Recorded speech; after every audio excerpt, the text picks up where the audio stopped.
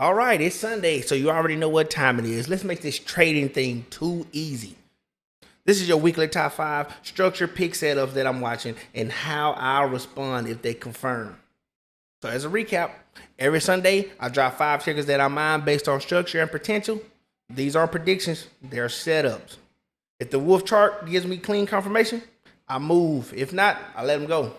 So the first ticker of the day is AMZN. As you can see on the monthly chart, we're in an extremely bullish pattern. Um, we are currently in a V-shaped recovery on the monthly time frame. So let's go ahead and drop down to the 2-week time frame. This is where I found my confirmation right here. So we had an inverse arc, had a floating candle, we had a test at a liquidity zone. I'll get into that later this week. We had a test at the liquidity zone. We pulled back, came back down, and we wicked into the WTMA and the 12 cloud. So we reclaimed that. So I'm looking for a continuation to the upside. All right, next ticker is AMD. All right, so they just had earnings. They double beat. I mean, it's AMD. It's baby Nvidia, as some call it. So on the monthly time frame, we're looking at a fresh inverse arc 2 months ago. That's not too old.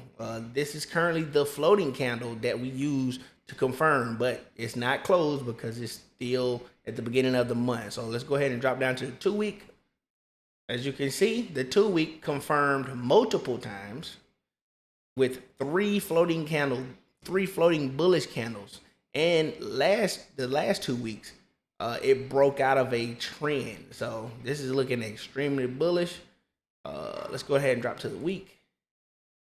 All right, so on the week time frame, we are currently inside of two bearish order blocks, which means what signifies a sell-off. As you can see, it tried to sell off and it wicked right at the bottom of the WTMA and popped back up. So we're looking at a open and close above these bearish order blocks for a continuation to the upside. The first little piece of resistance we're looking at is 187.70, and after that it could fly. Next ticker will be Shopify. So on the monthly time frame, as you can see, it's in an uptrend. We currently don't have a 200 moving average because it hasn't been on the market that long. So we're gonna go ahead and go to the 2-week bullish order block, inverse arc to the upside, floating candle, pull back. This is your ideal entry right here. And then boom, strong candle to the upside. So they just had earnings within this 2-week candle. Here we go on the week. As you can see, the WTMA is pretty strong on this one.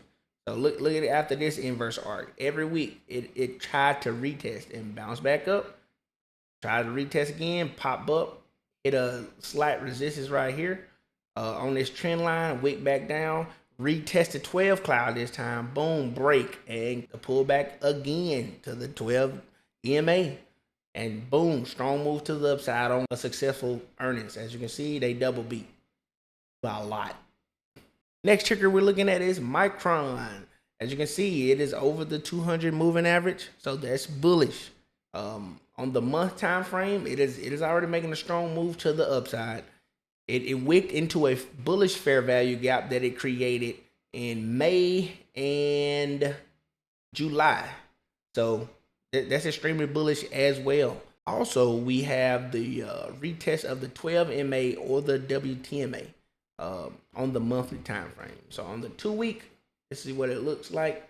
As you can see, we had a confirmation in June with the floating candle, and then we tested a trend line, broke down as a pullback, printed a Marubazu white candle. I'll tell you what that is here, and reclaimed the WTMA to the upside. On the weekly time frame, it printed this inverse arc to the downside because of this good pullback it had over a 5-week period.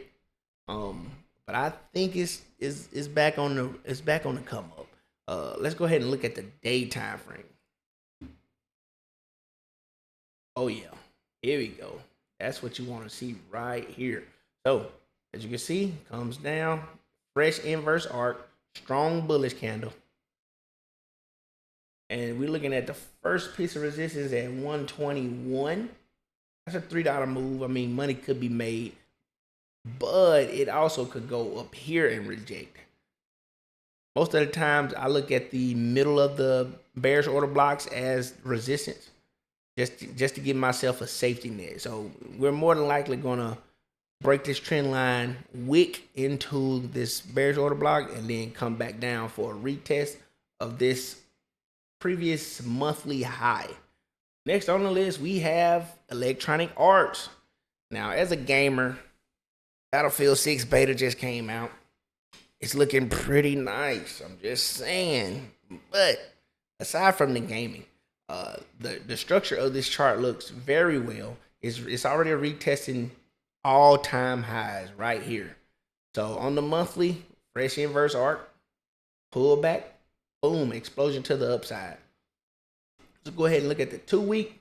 On the 2-week, here we go. We have the bearish order block. As you can see, it didn't completely close right above it. So it closed literally at the top of this order block. So what we're looking for is a breakout and then a retest as this prior all-time highs as support. Let's go ahead and look at the week. Yep, here we go. Fresh inverse arc last week. Boom, to the upside. Same bearish order block. We have a change of character. Yeah, we're looking pretty good. Go ahead and look at the daytime frame. Yep, here we go. Yeah, look at that. That's extremely bullish right here.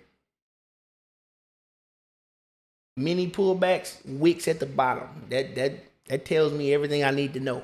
So, but what I'm looking for is a break above this all-time high and a retest of that all-time high as support. And a bonus ticker that I'm looking at is APP. So on the monthly time frame, it doesn't have a 200 MA because it hasn't been on the market as long. On the 2-week, looking very good. Almost a fresh inverse arc to the upside. But as you can see, it only needs one resistance to break. Go ahead and go to the week. Printed a fresh inverse arc. It has a change of character, a recent change of character, and it broke a trend line. So we have nothing but potential on this one. Go ahead and go to the day. All right, on the daytime frame, we printed a freshly new floating candle and a fair value gap. As you can see, there's no resistances on the daytime frame. So let's go ahead and drop down to a smaller time frame just to catch these resistances. Also, the top of this inverse arc right here would act as a resistance itself as a liquidity zone. So I'll just go ahead and put that there. So we're looking at 479.68 as the first resistance. So let's see. On the 4-hour, still looks good. 2-hour looks good. Let's go to the hidden one. 3 hours looks good to me. And 1 hour. Okay, I'm not seeing anything that's gonna stop this except this all-time high up here. I'm pretty sure once it reaches the all-time high, it'll pull back and retest it. So those are the ones I'm looking at this week. Like I said in every video, these setups aren't about guessing. They're about reacting to what structure confirms. If none of these confirm, I'll sit out. That's how you protect your capital. Drop your favorite ticker in the comments and let me know what you're watching. Like and subscribe. And if you want to use the same system I trade with and confirm these trade ideas with, get the wolf chart in the description. I'll see you Friday for the recap. Until then, trade with eyes, not emotions.